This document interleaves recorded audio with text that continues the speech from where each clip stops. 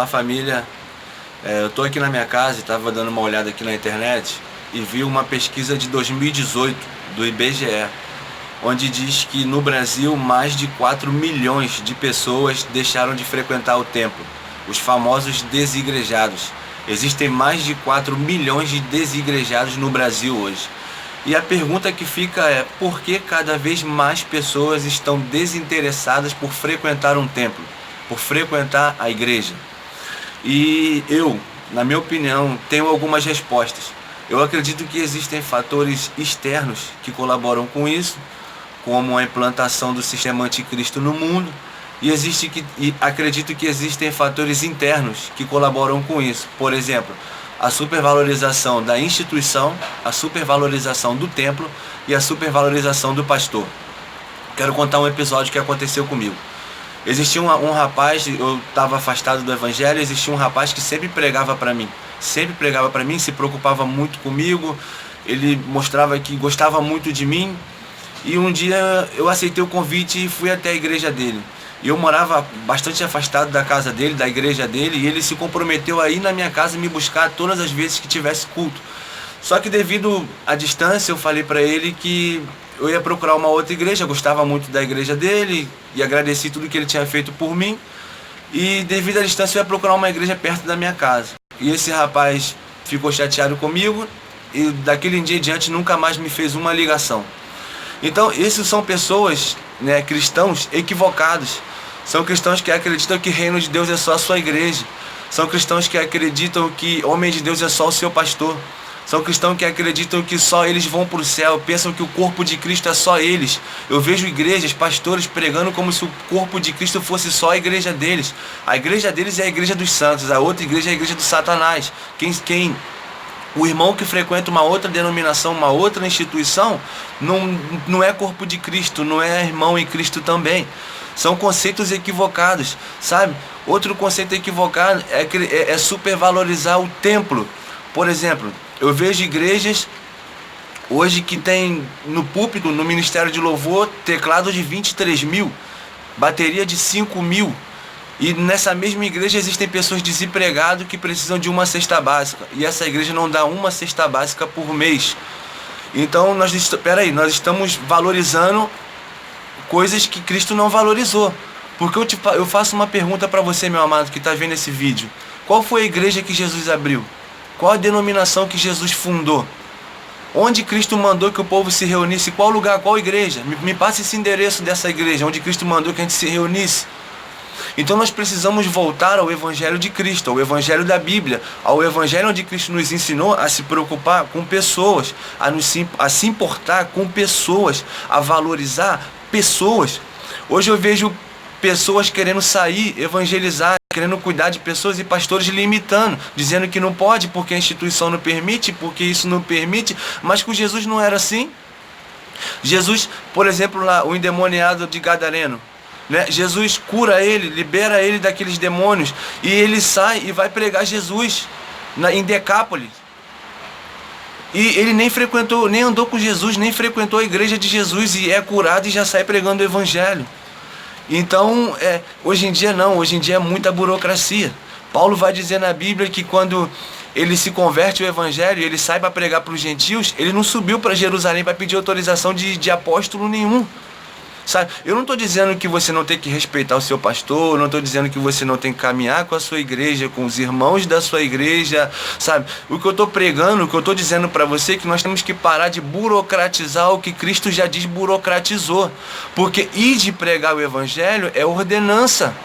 Ninguém pode te limitar disso, é uma ordenança, sabe? E reino de Deus são todos os cristãos da terra, são as pessoas. Sabe? Primeiro a gente tem que entender o que significa a palavra igreja. Se você for no dicionário, você vai ver que a palavra igreja significa grupo de pessoas, grupo de cristãos. A igreja não é o seu templo, a igreja não é a sua denominação. A igreja não é a denominação onde você é o pastor. A igreja de Cristo é o grupo de pessoas, um grupo de cristãos espalhados por todo o mundo. E é por isso que hoje você vai ver o corpo de Cristo, a igreja de Cristo, um representante da igreja de Cristo lá na Coreia do Norte, um cristão lá na Coreia, pregando o evangelho e morrendo pelo evangelho, e você não se importa, você não se preocupa.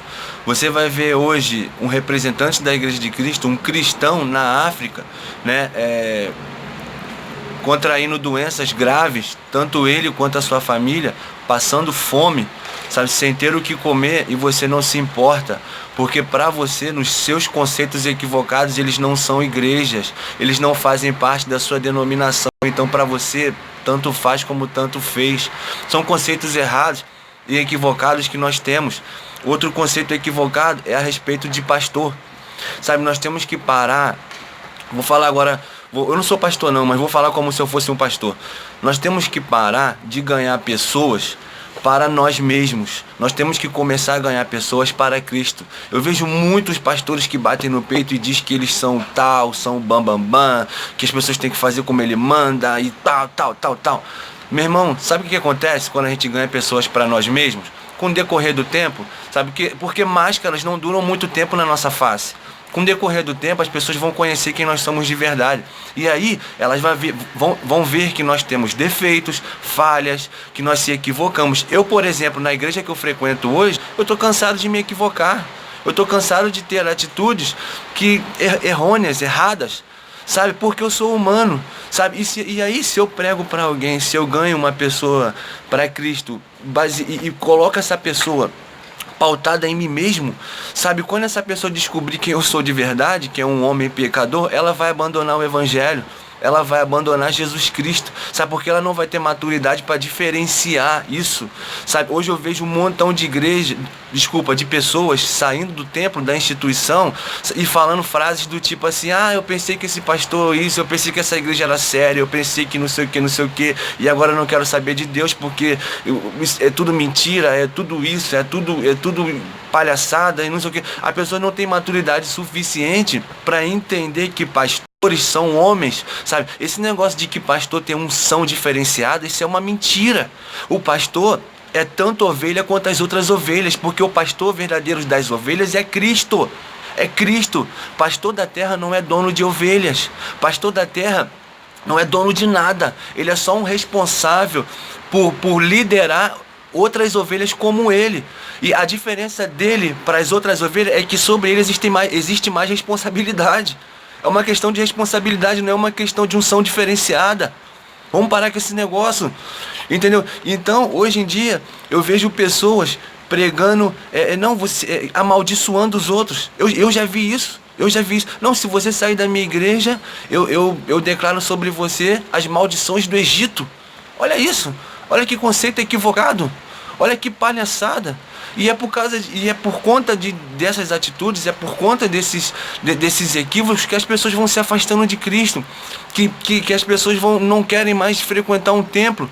Ao invés da gente pregar o evangelho de verdade, o evangelho de Jesus, o evangelho da Bíblia, onde o centro é Jesus, onde Jesus é o tudo, onde Jesus é o Deus Todo-Poderoso, onde a gente explica o que Jesus fez, onde a gente explica a Bíblia, ensina, onde a gente investe pesado no ensino, onde a gente investe em pessoas, onde a gente forma cristãos pensantes, onde a gente forma cristãos que sabem defender a sua fé. Hoje eu vejo cristãos que só sabem defender a sua igreja. Um fala que o pastor dele está errado, ele quer até bater. Não. Mas entra num discurso teológico e manda esse mesmo cristão defender a sua fé. Não sabe. Hoje eu vejo pessoas que se dizem obreiro, que se eu perguntar quem é Adão e Eva, não sabe. Crentes fracos, crentes formados a banho-maria, sabe? Então a gente tem que voltar ao evangelho de Cristo, ao evangelho da Bíblia, e começar a enxergar reino de Deus fora da caixinha, fora do que é só o seu ambiente de culto, sabe? A gente precisa entender que a adoração a Deus não é aqueles 15 minutos que você passa cantando louvor na sua igreja. Uma adoração a Deus é uma vida onde a gente busca uma santidade. Eu não adoro a Deus quando eu fecho meus olhos, levanto minhas mãos e fico ali cantando na igreja. Eu adoro a Deus quando eu estou andando na rua e passa uma menina muito bonita e eu me recuso a olhar. Isso é adoração a Cristo. Eu adoro a Deus quando eu estou no meu trabalho e tenho uma oportunidade de roubar, e eu recuso, mesmo querendo, eu me recuso a praticar esse roubo, esse furto, né? por adoração a Deus, porque amo a Deus, porque quero a Cristo. Isso é uma vida de adoração. Vamos começar a entender o Evangelho como é o Evangelho. Vamos começar a ensinar os cristãos a ler Bíblia. Pelo amor de Deus, tem crentes que não lê Bíblia, tem crentes que não oram, tem crentes que não jejuam. Como você pode ter um relacionamento com Deus se você não fala com Deus? Tem crentes que hoje ele tem um relacionamento fortíssimo com a instituição, um relacionamento fortíssimo com o seu pastor, mas o nível de relacionamento dele com Deus é baixíssimo. Então, minha família, vamos voltar para o Evangelho de verdade. Sabe, tem irmãos seus morrendo lá na África, tem irmãos seus morrendo, cara, espalhados pelo mundo. Aí no Brasil, tem irmãos seus morrendo no Brasil. Hoje eu estava vendo um projeto do Juliano Song, que é o Sertão Livre, se eu não me engano, um projeto maravilhoso. Sabe, que ideia bacana, cara. Não podia outras igrejas ter essa mesma ideia? Não podia, a sua igreja não podia ir mais para a rua? A sua igreja não podia se importar mais com quem está desempregado? Com as pessoas que não têm o que comer? A sua igreja não poderia se importar mais em pregar Jesus para os afastados e se importar menos com o templo, com aquela burocracia toda de templo? Porque Jesus não fez isso. Vamos voltar para o Evangelho da Bíblia, o Evangelho da Bíblia. Tamo junto, família? Tamo junto até o céu. Um abração.